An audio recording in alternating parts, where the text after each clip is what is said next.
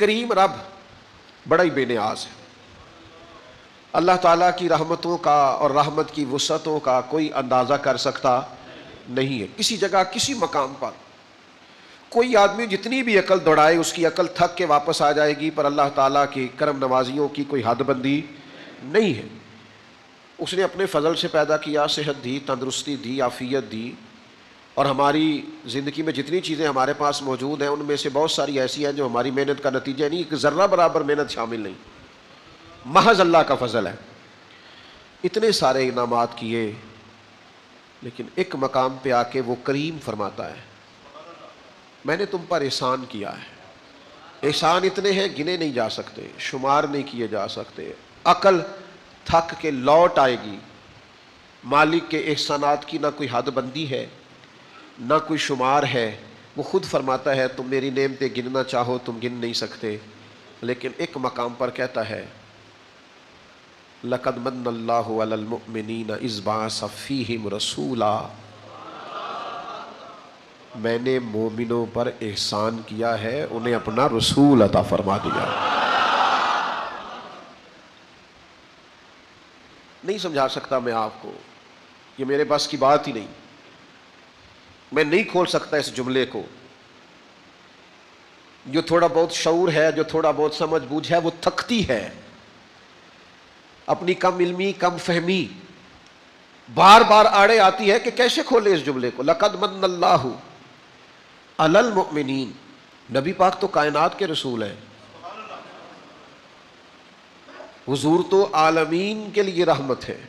وَمَا أَرْسَلْنَاكَ إِلَّا رَحْمَةً لِلْعَالَمِينَ. اور صحیح بخاری کے لفظ ہیں أُرْسِلْتُ إِلَى الْخَلْقِ. میں مخلوق کا رسول ہوں، مخلوق کا، محض انسانوں کا نہیں، پوری مخلوق کا. قرآن مجید نے کہا کہ حضور رحمت للعالمین ہے، عالمین کے رسول ہیں، یعنی جس کا رب رب ہے نا ان سب کے حضور رسول بن کے آئے ہیں. جنوں کے بھی، انسانوں کے بھی، حیوانوں کے بھی، جانوروں کے بھی.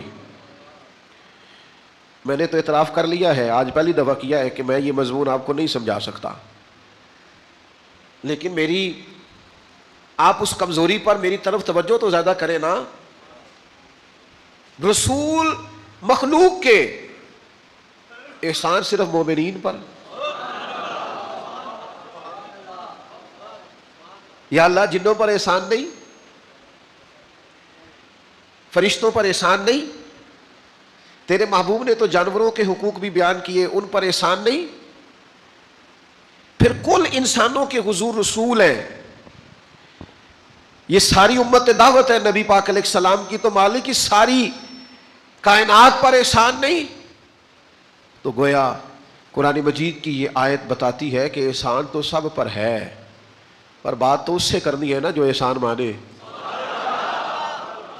او بھائی بچے چار ہیں، سارے باپ کی اولاد ہیں، باپ نے مشترکہ خرچہ کیا ہے، والد نے مشترکہ تعلیم دلوائی ہے، ایک جیسے اسکول میں پڑھایا ہے، جتنا گھر میں کھانا پینا رہنا سہنا تھا مشترکہ ہے، لیکن وہ چاروں میں سے ایک کو ٹیلی فون کر کے کام بتاتا ہے، ایک کو اپنے مسئلے ڈسکس کرتا ہے ایک کے ساتھ. اسے پوچھے بھائی تیرے بیٹے چار نہیں، وہ کہتا ہے منڈے تے پتر تے چاروں ہی نے، پر کرنی تھی وہ دے نا جڑی منے. بات تو اس سے کرنی ہے جو فرما بردار ہو، بوجھ تو اس پہ ڈالنا ہے جو بوجھ اٹھائے، کام اس کو کرنا ہے جو بھاگ کے کار آئے. تو جو کہے ابا جی طبیعت ذرا ٹھیک نہیں، میں تھوڑا مصروف ہوں، ذرا فلانی جگہ جانا تھا، تو دوسری دفعہ کام کیسے بتائیں گے؟ بلا مثال و بلا تشبیہ. کا رسول تو کائنات کے ہیں. احسان مومنوں پہ اس لیے کیا ہے کہ ان کے آنے پر جو رنگ ابو بکر صدیق کا ہے نا، ان کے نام پر جان قربان کرنے کی جو تڑپ عمر فاروق میں ہے نا، دیکھو تو صحیح عثمان کس طرح آ کے خدمتیں کرتے ہیں، کس طرح خود کھانے پکا پکا کے لاتے ہیں تو کائنات کے رسول. لیکن آنکھ کھول کے دیکھو نا، شیر خدا کے ہاتھوں پہ چھالے، وجود نور پر خوشبودار پسینہ، اور ایک باغ میں مزدوری کر کے چند کھجورے لائے. علی کیا ہوا؟ فرمایا میرے نبی نے کھانا نہیں کھایا کئی دنوں سے. او بھائی احسان تو اسے بتانا ہے نا جس نے ماننا ہے.